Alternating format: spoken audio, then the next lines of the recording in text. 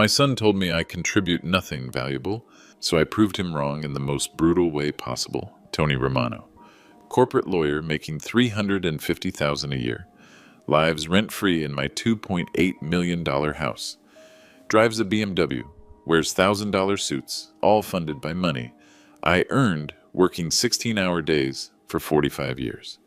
But last Tuesday, in front of his girlfriend's wealthy Boston parents, he looked me in the eye and said, "Dad, you just eat our food and contribute. Nothing valuable to this household." Those rich folks nodded along like he was speaking gospel truth. I didn't argue, didn't beg, just stared at him for 10 seconds. Then I said, "Interesting perspective, son." What Tony didn't know was that I'd already planned 3 moves that would strip away everything he thought made him valuable. The first phone call changed everything. You want to know why I did what I did? Let me paint you the picture of what my son became. Tony wasn't always like this. When he was little, he'd sit in my kitchen while I made Sunday gravy, asking me to tell him stories about the old country. He'd practice rolling gnocchi with his tiny hands, flour everywhere, laughing when I'd speak Italian to him. That kid died somewhere along the way to law school. The first sign was the name change. Not legally, he's still Antonio Giuseppe Romano on paper. But professionally, Tony Roman, clean, American, forgettable. It's easier for clients to pronounce Dad. Easier to hide, you mean? Then came the photo purge, our family pictures, my parents' wedding in Naples, his baptism at Saints, Peter and Paul, holiday dinners with cousins, all disappeared from the living room, replaced with generic art from West Elm. 47 years of family history erased. The house needs to look more contemporary for when Bethany's colleagues visit. Bethany, his girlfriend of 2 years. Old money, Boston family. Trust fund baby who thinks marinara sauce comes from a jar that costs $12 at Whole Foods. But the worst part? The introductions. Last November, Tony threw a dinner party, invited 8 people from his law firm, Morrison, Whitfield, and Associates. Big shot corporate lawyers, just like him. I was in the kitchen making sure they had enough wine when I heard him talking to his managing partner. "Oh, that's Joe. He helps with building maintenance around here. Building maintenance. 40 years I owned Romano's Kitchen on Columbus Avenue. 40 years I fed half of North Beach, employed 32 people, put my son through Stanford Law School. Now I'm the help." I didn't say anything that night, just refilled their glasses and listened to them discuss their ski trips to Aspen, their weekend houses in Napa, their children's private schools. But I started paying attention to the patterns. Every time someone asked about me, same story. Joe takes care of the property. Never my father. Never the man who sacrificed everything so I could wear $1,000 suits. The house itself became a museum of his shame. My mother's crucifix from the hallway, gone. The copper pasta machine I brought from Italy in 1973, hidden in the basement. The framed review from the San Francisco Chronicle calling Romano's Kitchen a North Beach treasure. Nowhere to be found. Instead, Tony filled the walls with his Harvard diplomas, his bar admission certificate, photos of him shaking hands with judges and politicians. Look how American I am. Look how far I've risen above my immigrant father. The money part hurt too. I sold Romano's in 2019 for $1.2 million. Retirement fund, I thought. Maybe travel a little, see my cousins back in Naples. Take it easy after 45 years of 16-hour days. But Tony had other plans. "Dad, you should invest that money in the house. Renovations will increase the value. It's the smart financial move." So I did. New kitchen, custom cabinets, hardwood floors, landscaping, $430,000 in improvements. Tony picked out everything. Minimalist, modern, soulless. Know what he said when it was finished? "Finally looks like a place I can bring clients to. Not thank you, Dad. Not I appreciate you investing your life savings in our home." Just satisfaction that he'd successfully erased the last traces of where he came from. The social media stuff was almost funny, if it wasn't so pathetic. Bethany's Instagram account, 300,000 followers, constantly featuring our beautiful San Francisco home. Never mentioned who owned it. Never mentioned who paid for those organic flowers in the foyer or the artisanal cheese platters for her influencer friends. Just grateful for this amazing space. and home is where the heart is. My heart built that space, sweetheart. My heart and every dollar I earned flipping burgers at dawn, prepping vegetables until midnight, standing on concrete floors until my feet bled. But the breaking point came 3 months ago. Bethany's parents were visiting from Boston, William and Margaret Crawford, old Yankee money, the kind that's been American since the Mayflower. I was excited. Finally, a chance to show them real Italian hospitality. I spent 6 hours making traditional Sunday gravy San Marzano tomatoes, imported from Naples, fresh basil from my garden, sausage from Molinari's. $400 worth of ingredients, prepared with 49 years of experience. I'd made enough for 8 people, figured we'd have a real family dinner, share stories, get to know each other, maybe show them the photo albums from the old days. Instead, Tony met me at the kitchen door. "Dad, we're ordering from Atelier Cren tonight. This is an important dinner for my relationship with Bethany's family." $350 for pretentious French food when I'd just spent all day making enough pasta to feed half the neighborhood. What about the gravy? Put it in containers. We'll eat it later this week. We never did. I found those containers in the garbage 3 days later, untouched. That's when I knew my son wasn't coming back. The little boy who used to help me fold ravioli, who'd beg for extra meatballs, who'd translate for his friends when they came to the restaurant. That boy was gone. In his place stood a stranger wearing my son's face, living in my house, ashamed of everything that made him possible. But I wasn't done learning just how deep his contempt ran. The worst was yet to come. March 15th, 2024. The night everything changed forever. Bethany's parents were in town for their second visit. This time, Tony didn't even pretend to want my help with dinner. They had reservations at Le Bernardin, $420 per person, not including wine. I wasn't invited. "Dad, this is really more of a business dinner. William has connections at some major corporations that could benefit my practice." "Business dinner at 9 p.m. on a Friday night with your girlfriend's parents." "I understand, son. I'll make myself something simple. Actually, there's leftover Chinese food in the fridge from yesterday. You can just heat that up." Leftover Chinese food, while my son and his girlfriend's family ate at one of the most expensive restaurants in the city, using money I'd given him for household expenses. But around 10:30, they came back to the house. I heard the front door open, heard Bethany's mother's voice echoing through the hallway. "Oh my goodness, Tony, this place is even more beautiful at night with all the lighting." I was in the kitchen cleaning up from my simple dinner of reheated lo mein when they walked in. Tony first, then Bethany, then her parents. William Crawford, tall and thin with silver hair, wearing a blazer that probably cost more than most people's monthly salary.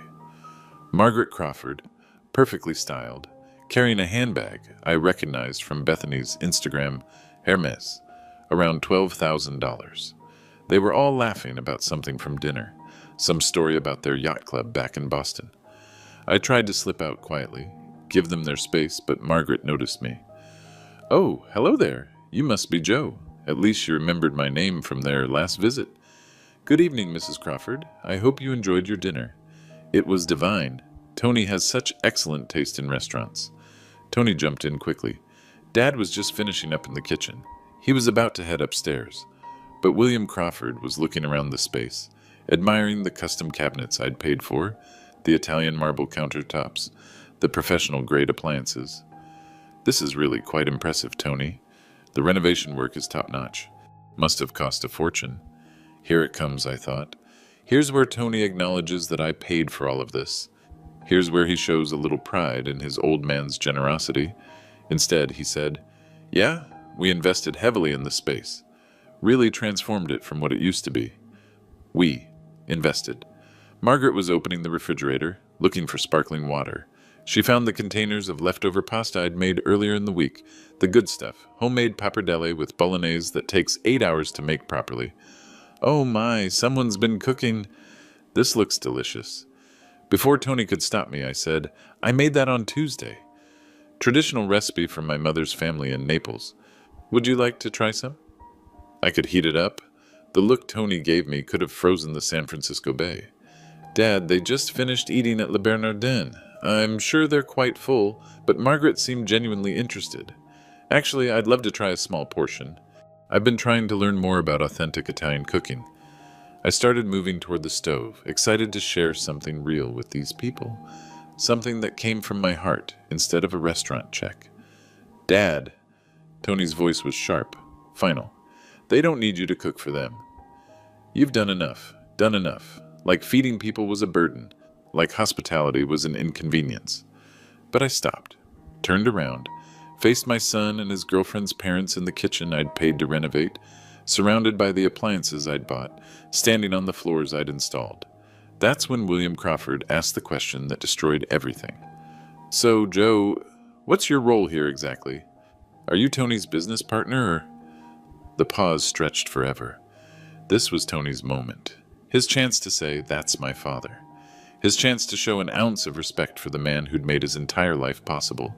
Instead, Tony looked his future father-in-law in the eye and said, Joe lives here, but honestly, he just eats our food and doesn't contribute anything valuable to the household. The silence that followed was deafening. Margaret Crawford's face went pale. William cleared his throat uncomfortably. Bethany stared at the floor. And me? I stood there for exactly 10 seconds, processing what I'd just heard. My son, the boy I'd worked myself to the bone for, the child I'd sacrificed my health, my social life, my relationship with my extended family for, the kid I'd put through the most expensive schools in California. He'd just told his girlfriend's parents that I was a worthless mouth to feed. In my own kitchen, in my own house, using furniture I'd bought, eating food I'd paid for, surrounded by luxuries my 45 years of restaurant work had provided. Finally, I spoke. Interesting perspective, son. My voice was calm, steady. But something had shifted in that room, and everyone felt it. Tony tried to backtrack. Dad, I didn't mean... No. You meant exactly what you said. I looked at William and Margaret Crawford. These people my son was so desperate to impress. Enjoy your evening, folks. I have some phone calls to make. I walked upstairs to my bedroom, closed the door, and sat down at my desk. Then I opened my laptop and started making the 3 most important phone calls of my life. To Naples, to my lawyer, and to my real estate agent. By morning, my ungrateful son's world would start falling apart. Saturday morning, March 16th, 6 a.m. sharp. I was already dressed and sitting at my kitchen table when Tony stumbled downstairs, still in his pajamas, looking for coffee. Bethany and her parents had left the night before, cut their visit short after that dinner conversation. Funny how quickly people flee when they witness real family dysfunction. Dad, about last night? Coffee's fresh, I said, not looking up from my newspaper. Made it 20 minutes ago. He poured himself a cup, added his organic oat milk that costs $8 a half gallon.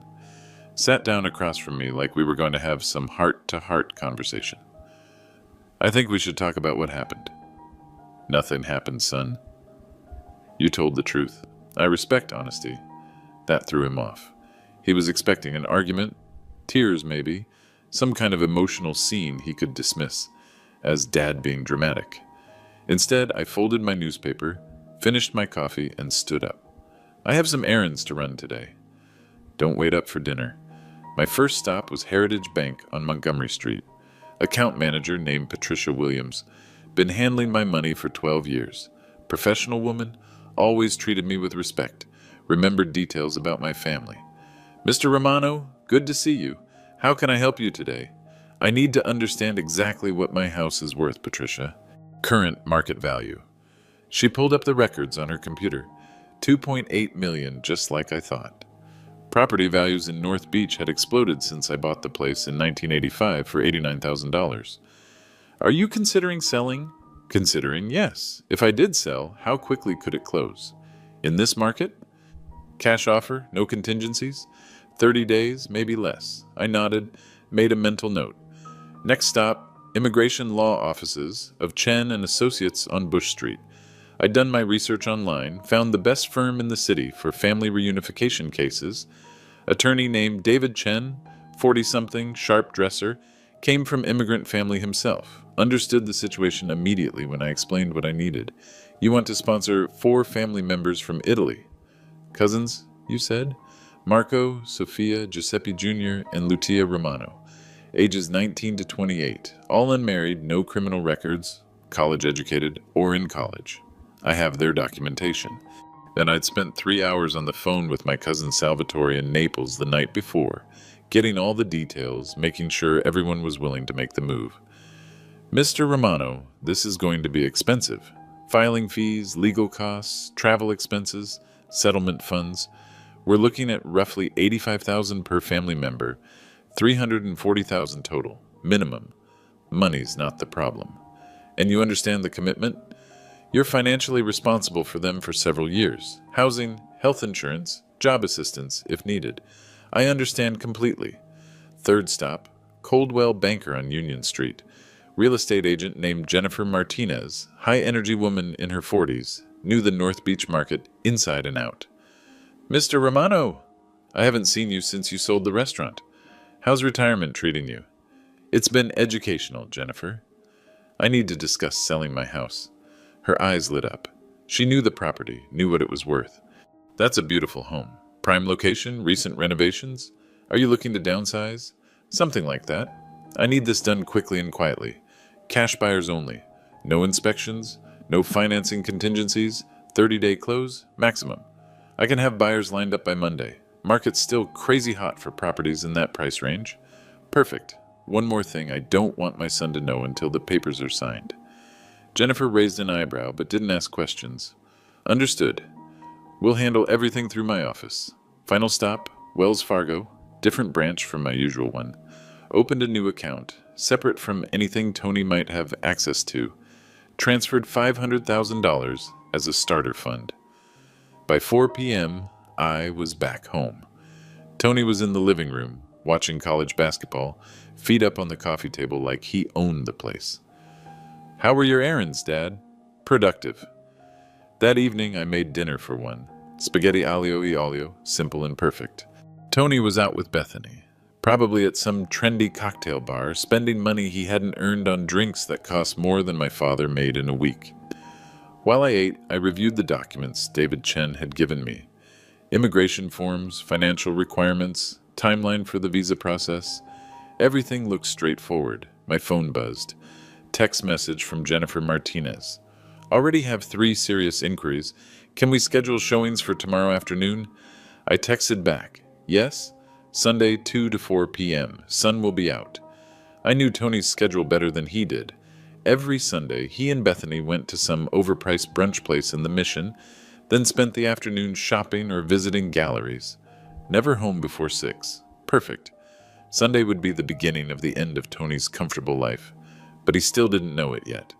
Sunday, March 17th, the day I sold my son's future. Tony and Bethany left for brunch at 11:30, just like every weekend. Off to spend $60 on avocado toast and mimosas while discussing their engagement plans. They'd been talking about it for months. Destination wedding in Tuscany, naturally. Nothing says I've made it like getting married in the country your father fled from poverty. Jennifer Martinez arrived at 1:45 with 3 potential buyers. I watched from my bedroom window as they pulled up in their luxury cars, Tesla Model S, BMW X7, Mercedes G-Wagon. Tech money, finance money, old money, the kind of buyers who could write a check today and close next week. First showing, young tech couple, late 30s, 2 kids. Just sold their startup to Google for $40 million. They walked through the house like they were already measuring for furniture. The kitchen renovation is gorgeous, the wife said, running her hands over the marble countertops I'd paid for, and this location walking distance to everything in North Beach. We could be in escrow by Tuesday, the husband told Jennifer. Second showing, investment banker from Goldman Sachs, looking for something impressive to entertain clients. Single guy, early 40s, more money than sense. This place has real character, he said, admiring the crown molding. Not like those sterile condos downtown. I'll offer asking price, cash, no inspection. Third showing, family with teenage kids, moving from New York. Father ran a hedge fund. Mother was some kind of art dealer. They spent 20 minutes just in the living room, talking about how perfect it would be for hosting dinner parties. The previous owner clearly had excellent taste, the mother said. If she only knew the previous owner was standing upstairs, listening to every word. By 4:15, all 3 showings were done. Jennifer found me in the kitchen, practically buzzing with excitement. "Mr. Romano, I've never seen anything like this. 3 cash offers, all at or above asking price. The tech couple offered 2.9 million. The banker offered 3 even. The hedge fund family offered 2.85 but want to close in 2 weeks." I thought about it for exactly 30 seconds.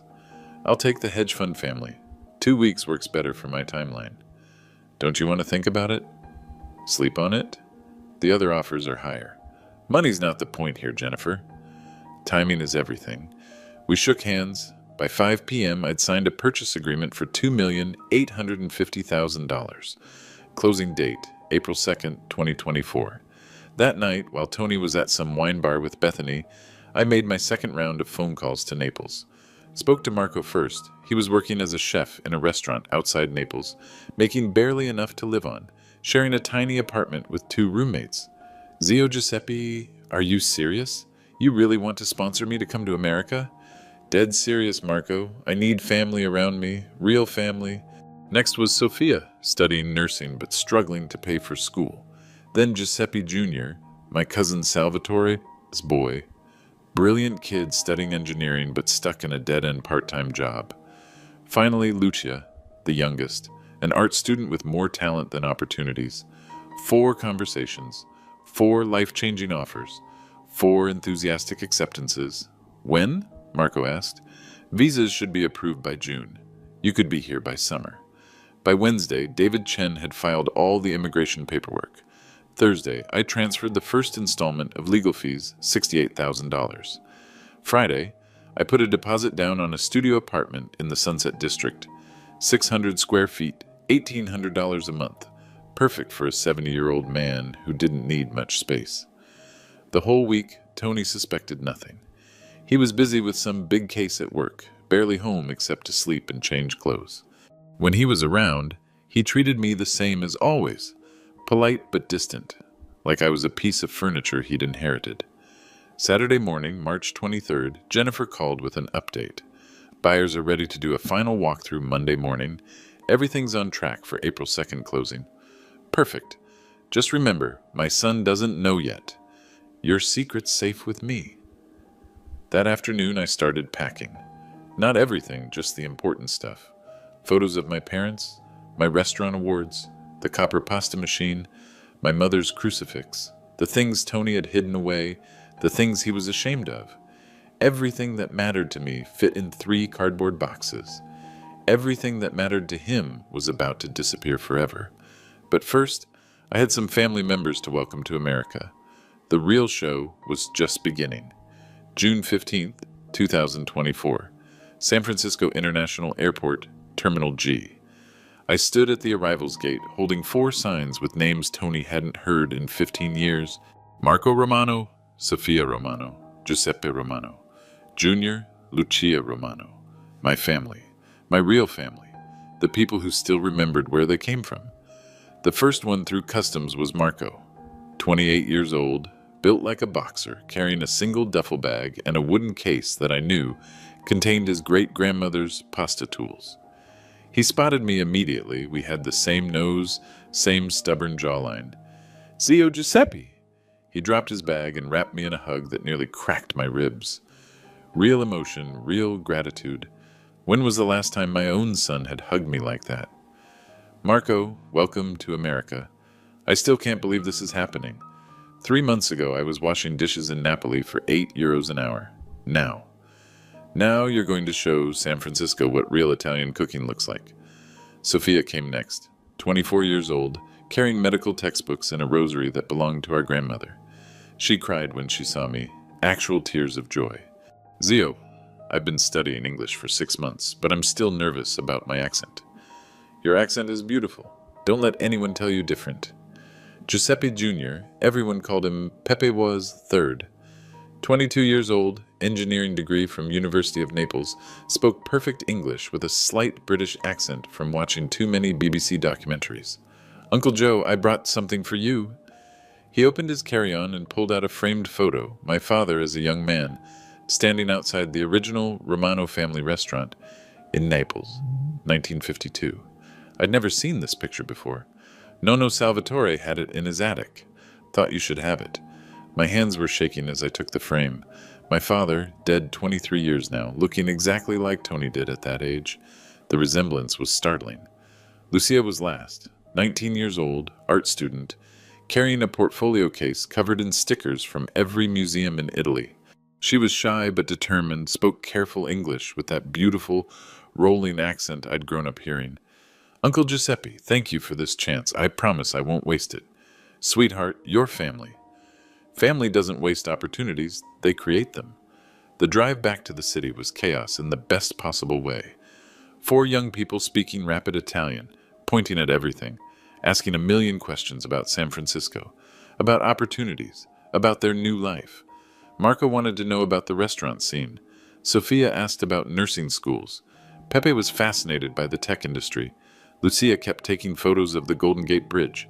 Everything Tony had rejected, they embraced.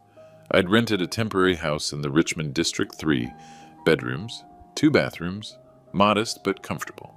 Nothing fancy, but it was theirs. The first permanent address any of them had ever had in America.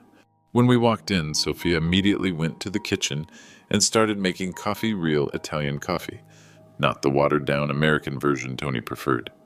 Uncle Joe, Marco said, looking around the simple living room, this is more than enough. You've given us everything. That night, we had dinner together at my little kitchen table. I'd cooked nothing fancy, just spaghetti carbonara, the way my mother taught me. But they ate like it was a feast, talking and laughing, sharing stories about the family back home. Lucia showed me her artwork sketches of Italian street scenes, portraits of our relatives, beautiful drawings that captured something real about our heritage. I want to paint American scenes too, she said, but Italian style, you know? Show people that we bring beauty with us, not just take it.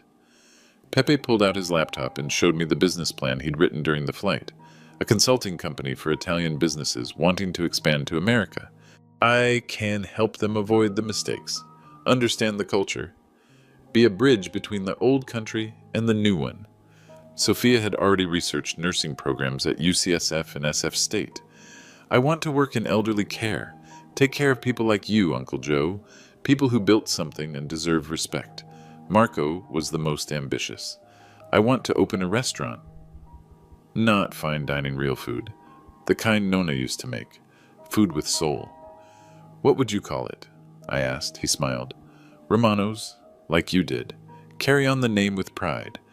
That's when I realized what I'd really done. I hadn't just brought 4 young people to America. I'd brought the Romano legacy back to life. Everything Tony had tried to erase, they wanted to celebrate. Everything he was ashamed of, they wore like a badge of honor. The next morning, I started the process of selling Tony's house. Because there was something he didn't know yet, something that would destroy his carefully constructed world completely. My new family was about to meet my old one, and only one of them was going to survive the encounter. August 3rd, 2024. The day Tony's world collapsed in front of 40 witnesses.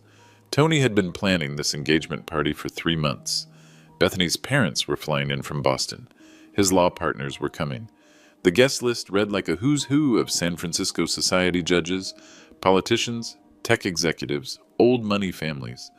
The perfect opportunity to show everyone how far he'd risen above his working-class roots. He'd hired caterers from Atelier Cren, the same restaurant where he'd taken Bethany's parents that night in March. $12,000 for appetizers and champagne. Another $8,000 for flowers from the most exclusive florist in Pacific Heights. This is going to be the event of the season, Bethany told her Instagram followers. Can't wait to celebrate our love in our beautiful home. Our home. Still calling it that, even though she'd never paid a dime toward the mortgage. I stayed out of their way during the setup. Watched from my bedroom window as workers transformed my backyard into some kind of garden party fantasy. White tents, string lights, rented furniture that cost more per day than most people's weekly salary. Tony was in full control freak mode, directing every detail, making sure everything looked perfect for his big social debut as an engaged man. The bar goes there, not there. I want everyone to have a clear view of the garden when they walk in. Are you sure about these flowers? They need to photograph well for social media. Did someone move that table? Everything needs to be symmetrical. By 6 p.m., the first guests started arriving. I recognized most of them people who'd been to the house before, people who thought I was the hired help. William and Margaret Crawford pulled up in their rental Bentley, dressed like they were attending a state dinner. Tony rushed out to greet them, all smiles and perfect manners. William, Margaret, welcome back to San Francisco. You remember our home, of course. Our home. The house I'd bought with restaurant grease under my fingernails and arthritis in my hands from 40 years of standing on concrete floors. By 7:30, the party was in full swing. 43 people wandering around my backyard, drinking champagne that cost more per bottle than I used to make in a day, eating appetizers they couldn't pronounce. I could hear the conversations from my window. Tony introducing Bethany to his managing partner. Discussion of their wedding plans. Destination ceremony in Tuscany. Reception for 200 guests. Honeymoon on the Amalfi Coast. We're thinking September next year, Bethany was saying. Something intimate but elegant. Intimate. 200 guests. That's when I heard the sound that changed everything. A diesel engine rumbling up the street, air brakes hissing. The unmistakable sound of a moving truck stopping right in front of my house. I looked out the window and smiled. Perfect timing. The conversations in the backyard started to die down as people noticed the commotion out front. Through the side gate, I could see guests craning their necks, trying to figure out what was happening. Tony appeared at the front door, still holding his champagne glass, looking confused and annoyed. "Excuse me," he called to the moving crew. "There must be some mistake. We're not moving anywhere." The crew chief, a big guy named Rodriguez, checked his paperwork. "This is 1247 Stockton Street, right? We're here for the Romano job." "Yes, this is Romano, but..." "You, Tony Romano?" "Yes, but I don't understand." I didn't hire any movers. That's when I stepped onto the front porch. I did. Tony spun around, his face going pale. Behind him, I could see his guests starting to gather, drawn by the drama unfolding at the front of the house. "Dad, what's going on?" Rodriguez looked between us, clearly uncomfortable. "Sir, we have instructions to pack and move everything in the house. Settlements tomorrow morning, and the new owners want to do a walkthrough at noon." "Settlement?" Tony's voice cracked. "What settlement?" I walked down the front steps, stood face to face with my son in front of 43 witnesses, including Bethany's parents, his law partners, and half the social elite of San Francisco. "I sold the house, son." The silence that followed was deafening. Someone's champagne glass hit the ground and shattered. "You... what?" "Sold it. April 2nd, to be exact. The Hendersons' lovely family from New York. Hedge fund money. They're taking possession tomorrow." Tony's face went through a series of expressions. Confusion, disbelief, panic, rage.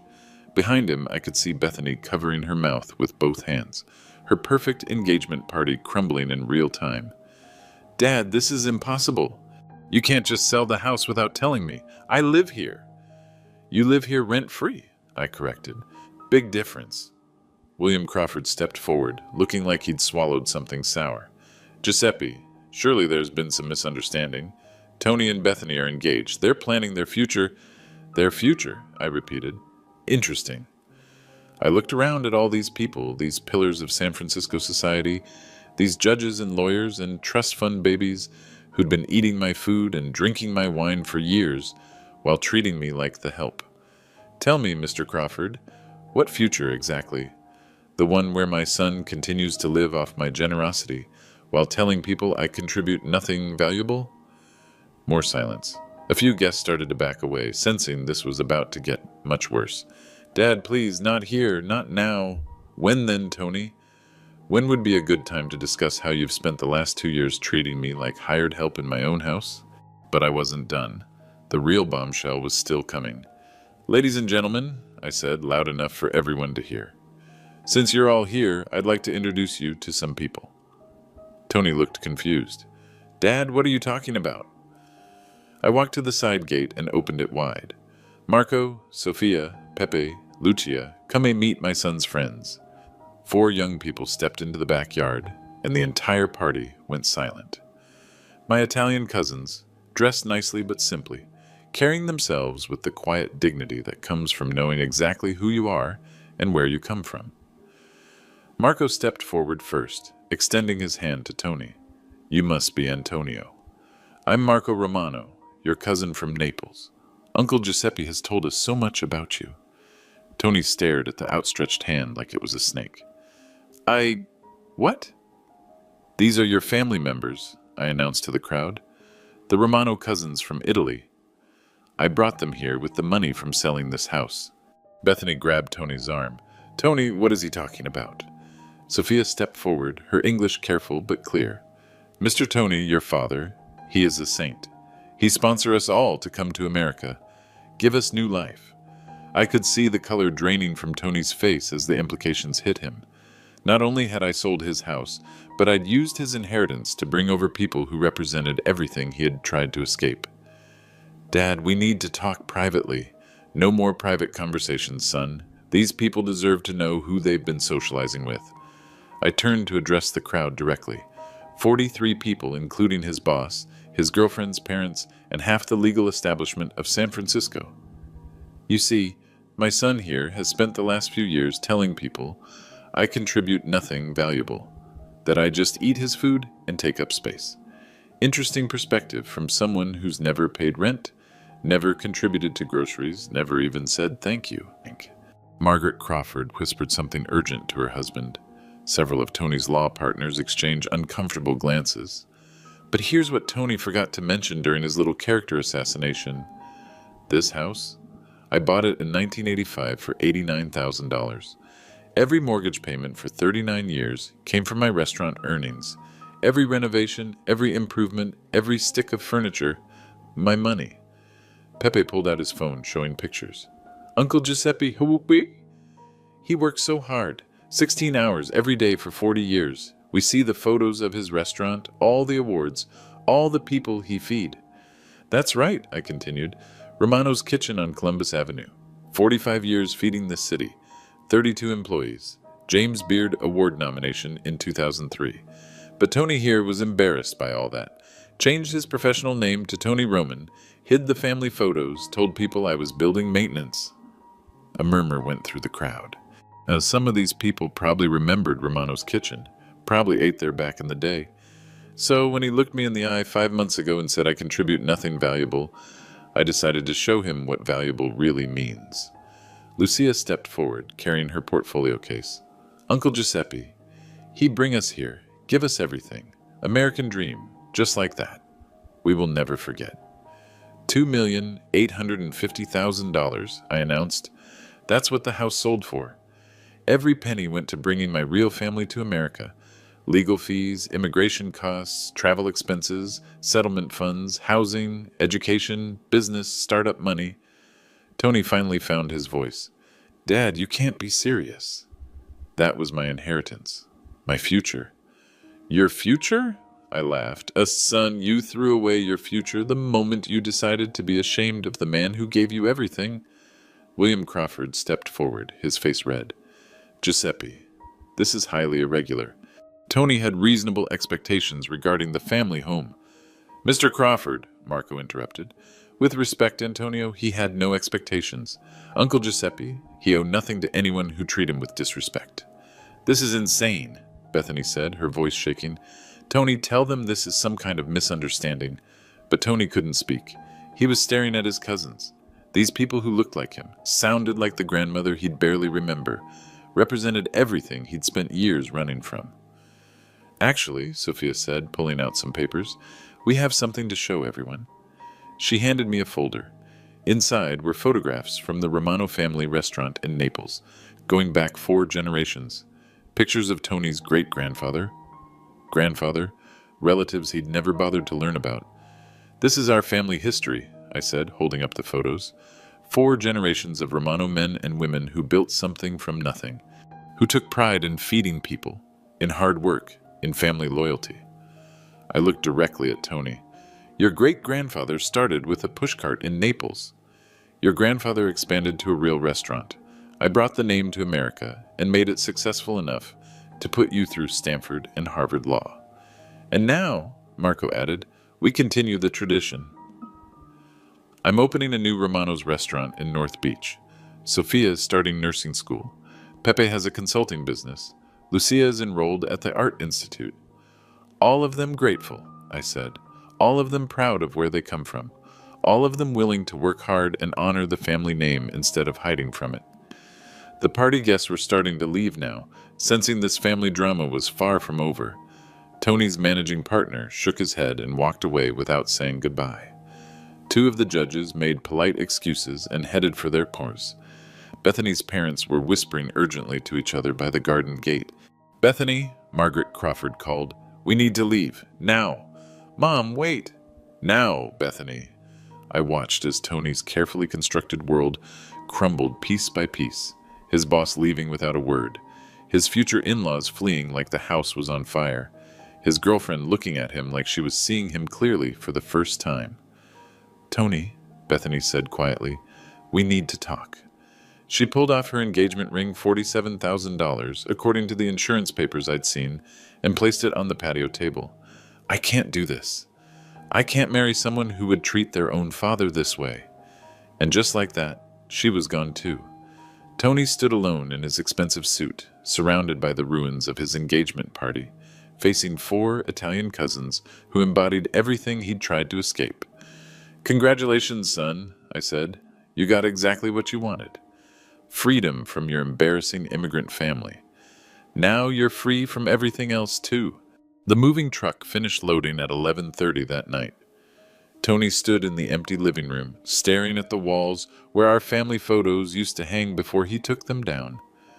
The house echoed now, no furniture, no belongings, nothing left of the life he'd built on my foundation. Where am I supposed to go? He asked. That's not my problem anymore, son. Rodriguez, the crew chief, handed me the final paperwork. Everything's loaded, Mr. Romano. We'll deliver to your new place in the Richmond tomorrow morning. Thank you, Rodriguez. There's a bonus in there for working so late. As the truck pulled away, Tony's phone started buzzing. Text messages, missed Powell's social media notifications. Word travels fast in San Francisco's legal circles, especially when it involves public humiliation. I could see him reading the messages, his face getting paler with each one. Dad, my phone is blowing up. Someone posted video from tonight on Instagram. Bethany's friends were filming the whole thing. Of course they were. Rich kids document everything, especially drama. How many views? He checked. 47,000 and climbing. Someone tagged it #engagement party meltdown and #Italian justice. The irony was perfect. Tony had spent years crafting his image on social media, carefully curating his success story. Now, the internet was destroying that image in real time. My cousins had gone back to their temporary housing in the Richmond, but not before each of them shook Tony's hand goodbye. Professional courtesy, the kind of grace he'd never shown me. Antonio, Marco had said, if you ever want to learn about your family, about where you really come from, you call me, okay? Tony just nodded, unable to speak. By midnight, we were alone in the empty house. Tony sitting on the floor where his expensive couch used to be, me standing by the window, watching the new owner's moving truck pull up outside. The Hendersons are eager to get settled, I said. Nice family. 3 kids, 2 dogs. The kind of people who'll actually live here instead of treating it like a museum. Dad, please. There has to be some way to fix this. Fix what exactly? Everything. The house, Bethany, my job situation. Your job situation? He showed me his phone. 3 missed calls from his managing partner, Harold Morrison. 2 emails marked urgent. Morrison wants to see me first thing Monday morning. This kind of publicity. It doesn't look good for the firm. Morrison, Whitfield, and Associates. One of the most conservative law firms in the city. They prided themselves on discretion, respectability, old-fashioned values. Having a partner's engagement party turn into a viral family meltdown wasn't exactly on brand. Maybe you should have thought about that before you decided to publicly humiliate your father. Tony's phone buzzed again. This time it was a text from Bethany. I'm staying at my parents' hotel tonight. We need to talk tomorrow, but I need time to process what happened. I had no idea you felt that way about your father. He looked up at me. She's thinking about calling off the engagement completely. Smart woman. I always liked her better than you deserved. Dad, what do you want me to say?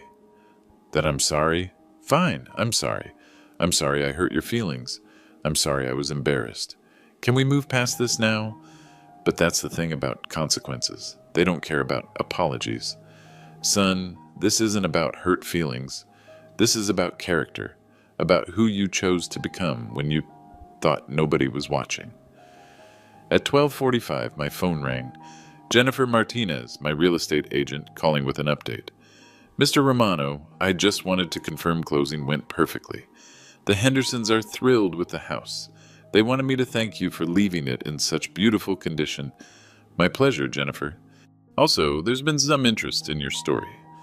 A reporter from the Chronicle wants to interview you about the family reunification angle. Apparently the video from tonight is trending on TikTok. I looked at Tony, who had heard every word. Tell them I'll consider it. After I hung up, Tony stared at me like I was a stranger. You're enjoying this? I'm finding it educational. Educational how? Watching you discover what happens when you burn bridges. Turns out you need them to get back where you came from. By Sunday morning, the story had exploded beyond social media. The Chronicle ran a piece titled, Italian Immigrant Sells, Home to Reunite Family After Son's Betrayal. The San Francisco Business Journal covered the legal implications. Food and Wine wrote about the return of authentic Italian cuisine to North Beach. Tony's phone wouldn't stop ringing.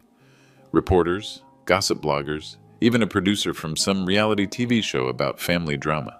But the call that changed everything came at 2 p.m. Harold Morrison, senior partner at Tony's firm. Tony, we need to talk. My office, Monday, 8 a.m. sharp. After he hung up, Tony looked at me with something I'd never seen before in his eyes. Genuine fear. I think I'm about to lose my job. Probably. Dad, I'm 33 years old. I've got law school loans, credit card debt, a car payment. Without this job, you'll figure it out. Smart guy like you, Stanford education, all those connections you've been building. But we both knew the truth. In a city like San Francisco, reputation was everything.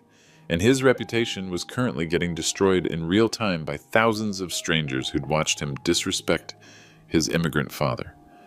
There has to be something I can do. There is. He looked up, hopeful. You can learn. 6 months later, December 2024. I'm sitting in Marco's new restaurant, Romano's Kitchen 2, watching my nephew teach a cooking class to 12 eager students. Same copper pasta machine I brought from Italy in 1973. Same family recipes, same pride in the craft, but everything else is different now. The restaurant is packed every night. Sophia graduated from her nursing program with honors, now works at UCSF taking care of elderly patients who remind her of me. Pepe's consulting business has 6 clients, all Italian companies expanding into American markets. Lucia's art is hanging in a gallery in the Mission, paintings that celebrate our heritage instead of hiding from it. My cousins call me every Sunday. Real conversations, not the polite small talk I used to get from Tony.